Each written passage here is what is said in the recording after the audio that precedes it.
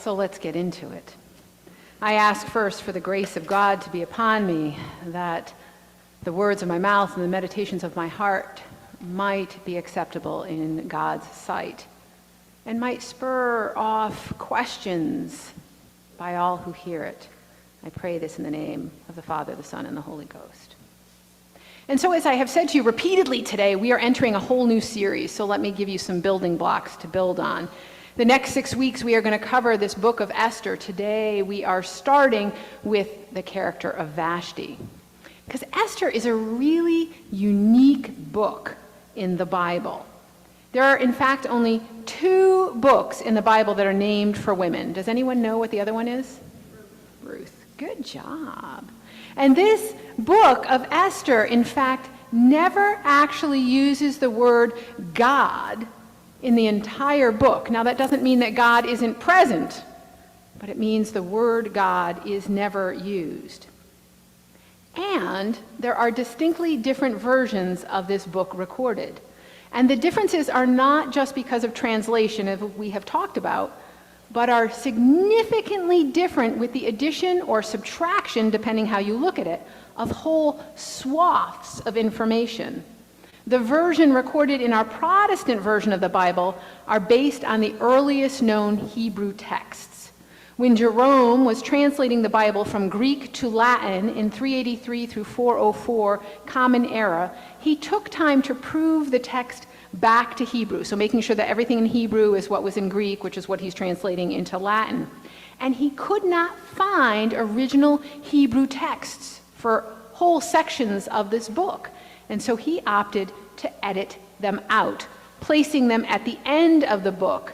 And when the Protestant Reformation came, they said, why are we saving these at all?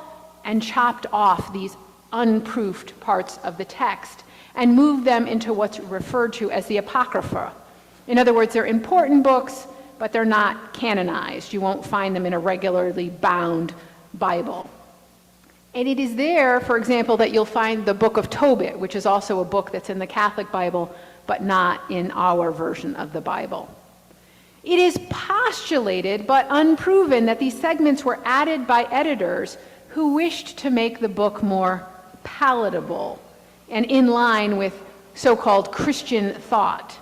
And so if you're interested in knowing more about how these changes occur in our Bible over time, I recommend to you this book by Bart Ehrman, Misquoting Jesus. And although it is not on Esther but on New Testament, it will help you understand how and why such changes happen. Anyway, Esther is also unique in that no copy of Esther was ever found in the Dead Sea Scrolls. And that may be because the Essene Qumran community did not celebrate Purim, which is the holiday that the book of Esther claims to establish, but we don't know, so it's not there. Additionally, John Calvin nor Martin Luther wrote commentaries on this book. And Esther, unlike Rahab, Bathsheba, Ruth, and Tamar,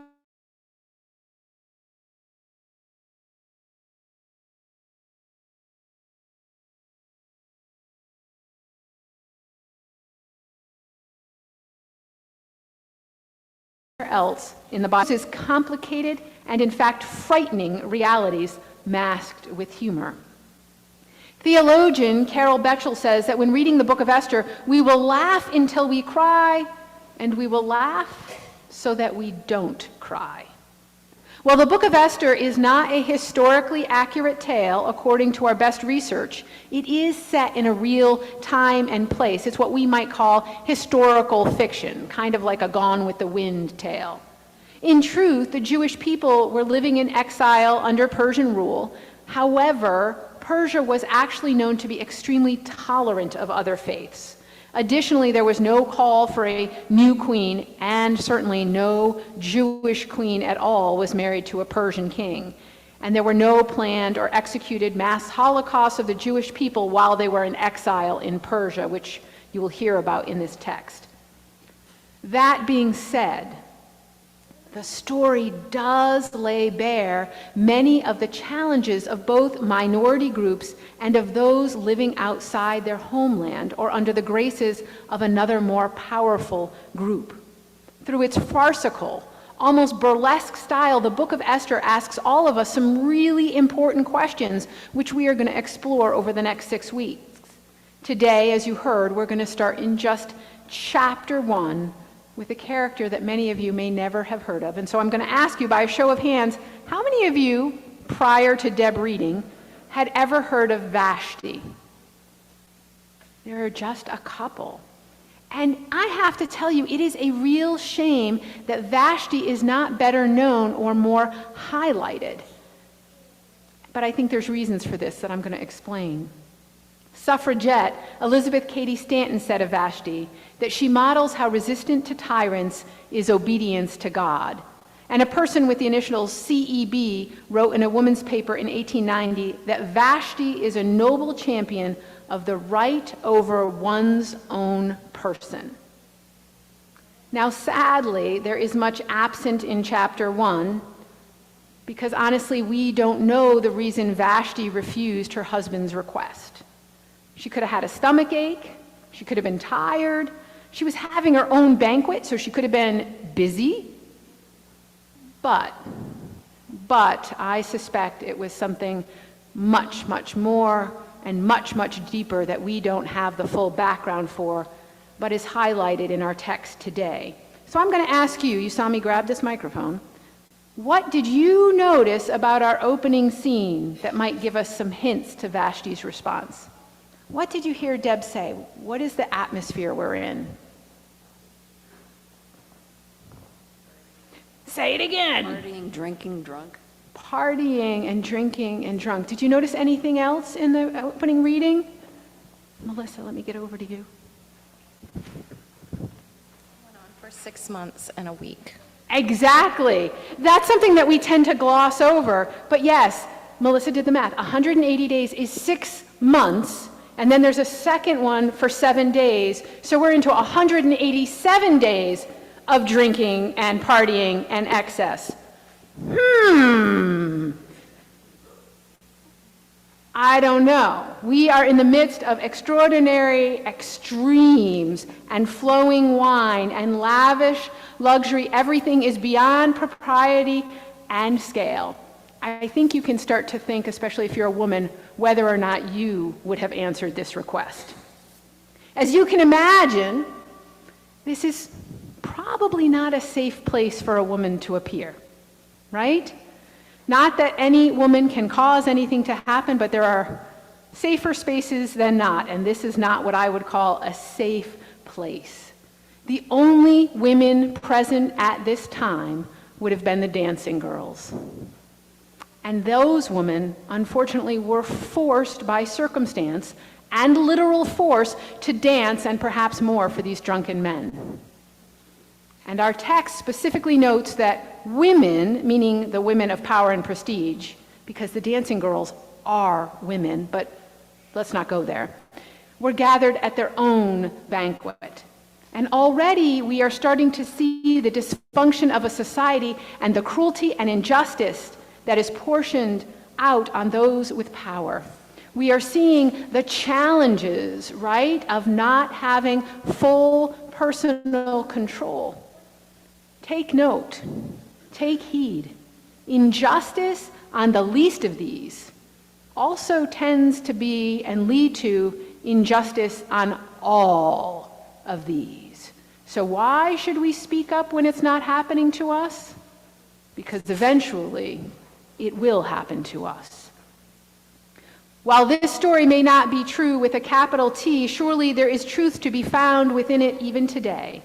Look at the laws and lawmakers across this country who are making decisions about women and about people in the LGBTQIA community, specifically the trans community, without consideration for their needs, without consideration for their lives or their safety. In fact, they're making it a much more dangerous place for these people.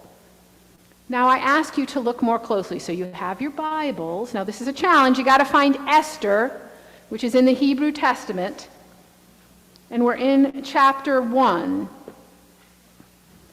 So look for the book of Esther, which is not really long, but it's after Proverbs, it's after Nehemiah. Look for your book of Esther, after Chronicles and Kings. It's just before the Psalms. Esther 1. And would someone read us verse 8? Esther, chapter 1, verse 8. And then, keep yourself there.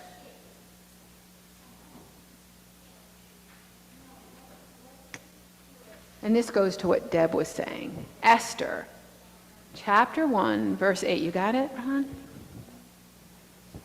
Drinking was by ordinance without restraint, for the king had given orders to all the officials of this place to do as each one desired.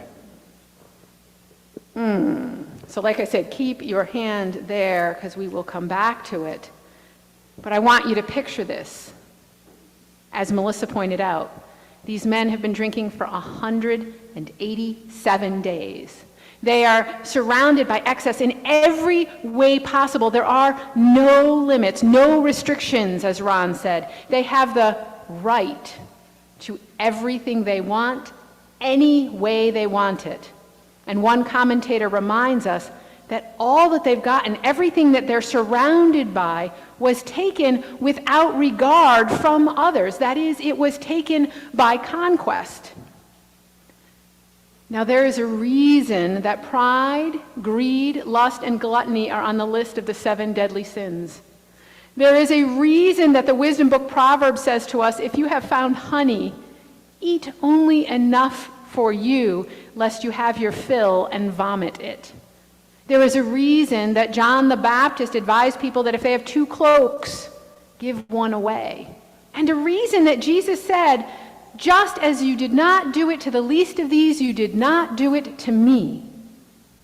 While there may have been no restrictions put on by the king, our faith teaches us the benefit of restraint and modesty, humility and compassion and consideration for others.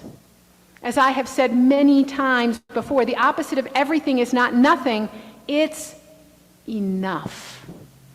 And so recognizing not just the extravagance of the setting, but the mood, would someone read verses 10 and 11? And I will save you from repeating those difficult names, and you can just start with the 7 eunuchs. Anyone have verses 10 and 11, chapter 1 of Esther, verses 10 and 11?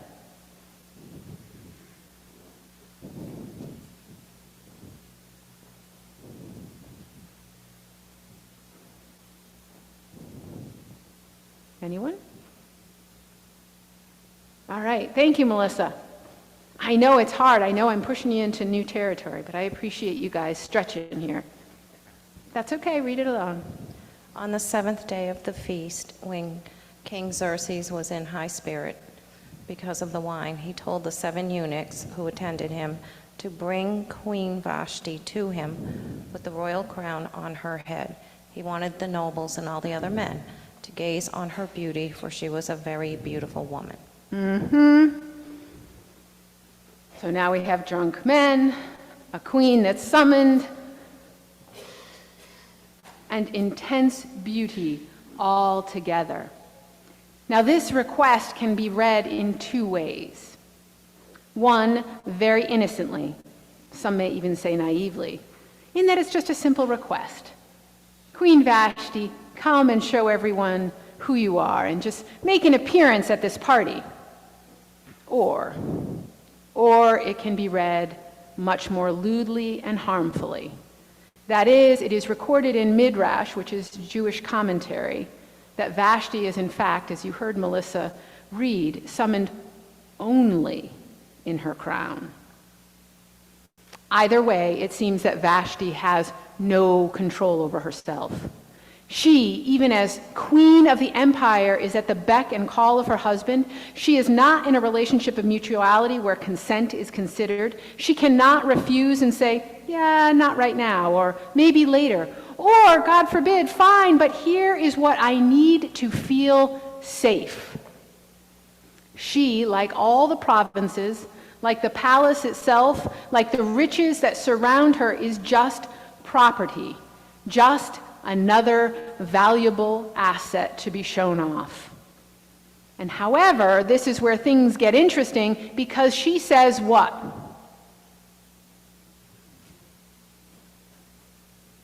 That's right. She says nothing.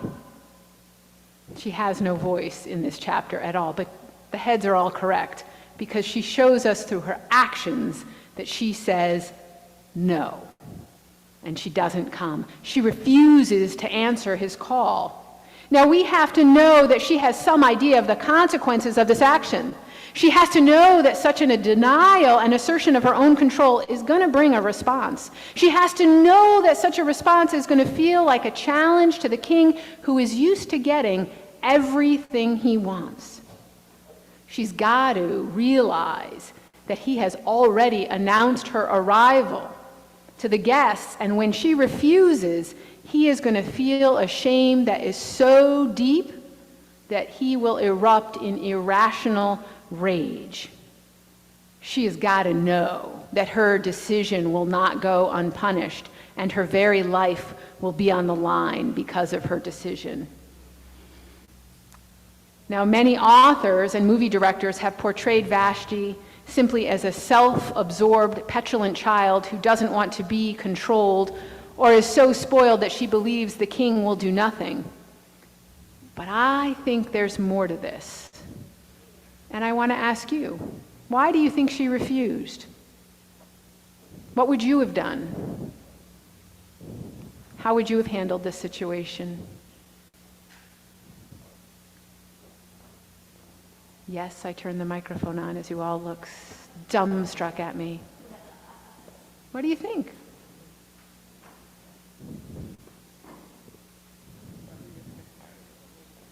Probably got tired of the whole thing. This probably isn't the first time this has happened, right? This is not the first time. This is a straw. This is the final straw. I think that's maybe why 7 eunuchs were sent, to send a message that one could have easily said. Anyone else have a thought? Yeah, Janice. Stand your ground. You would have been like, no way. Now let me tell you the funny part of this. What happens to her? Do you remember what Deb said? She gets sent away, never to be seen again, right? Isn't that kind of what she wants anyway? Isn't that kind of what she wanted? But let's go on. Yeah, this is a really difficult situation, because she has to put her life on the line. She knows when she says no, death is a real possibility. And this is, though, where things get really funny, because not only does she get what she wanted in the first place, which is to never have to be shown off in this way, to never have to deal with this again, like Gloria said, that this is probably the last straw of something that's been growing for some time. But more starts to happen, because this issue doesn't seem to stay between Adarasis and Vashti, does it? No. Vashti saying no is suddenly a problem for the entire free world. Or it wouldn't have been so free then, but you get the idea. That if Vashti says no, then every woman has the potential to say no. And there is an interesting thing about power, because sometimes there's the power that you wield outwardly and the power that you might wield quietly. And sometimes that quiet power has some real resources, some real resonance. And so what does this guy do? He can't even decide what to do. He asks for people's opinion, and they convince him to send out a decree. So everyone that didn't watch this embarrassment happen in front of them, because remember, there was no TikTok, no Twitter, none of those social media platforms at those days. So a lot of people would have never known what happened. He instead uses what they were very well known for, like a Pony Express type thing, and sends out a decree to every land that all wives must treat their husbands with respect, thereby telegraphing his embarrassment to the edges of the empire. Of course, it also shows us a lesson of something most of our parents taught us, right? That respect is something that you earn over time through your actions. It is not something that can be taken, and it's not something that can be given, and it sure as heck can't be written into a law. One can acquire wealth and possessions, even titles, but things like trust, respect, true admiration are greater and cannot be bought, and frankly are easily lost. Additionally, we see in Vashti a theme which will repeat in this book about knowing yourself. Shakespeare wrote, right, to thine own self be true. In our context, perhaps it's a marriage of our faith, our God, and our self be true. But standing up to power is hard and dangerous. And sometimes we're going to pay the price for standing up. But not standing up can be even more dangerous. One can only imagine what might have happened to Vashti. As we will see as the book of Esther continues to unfold, this will be an ongoing question of when to stand up and when to sit down and when we cannot let what is happening happen, and how do we involve ourselves. Next week, we are going to meet Esther's cousin and guardian, Mordecai, and witness where and how he is going to draw the line. And so I encourage you between now and then to ponder your values, both those you claim to hold and those sometimes you bend, and also the places where you, like Artaxerxes, hold control or sway, and how you, by cause or inadvertently, may cause others to bend their values to maintain their relationship with you. When are they saying yes when they really want to say no, but are too afraid of the cost? And where can we make it safer for people to speak their truth? May we remember Vashti by standing our own ground and by supporting others to stand theirs. This story has a lot more to it, but that's where we're going to leave it for today. So may you remember the name of Vashti, and may you be brave like her to stand up when things are not right and act with your feet as well as your voice. Amen.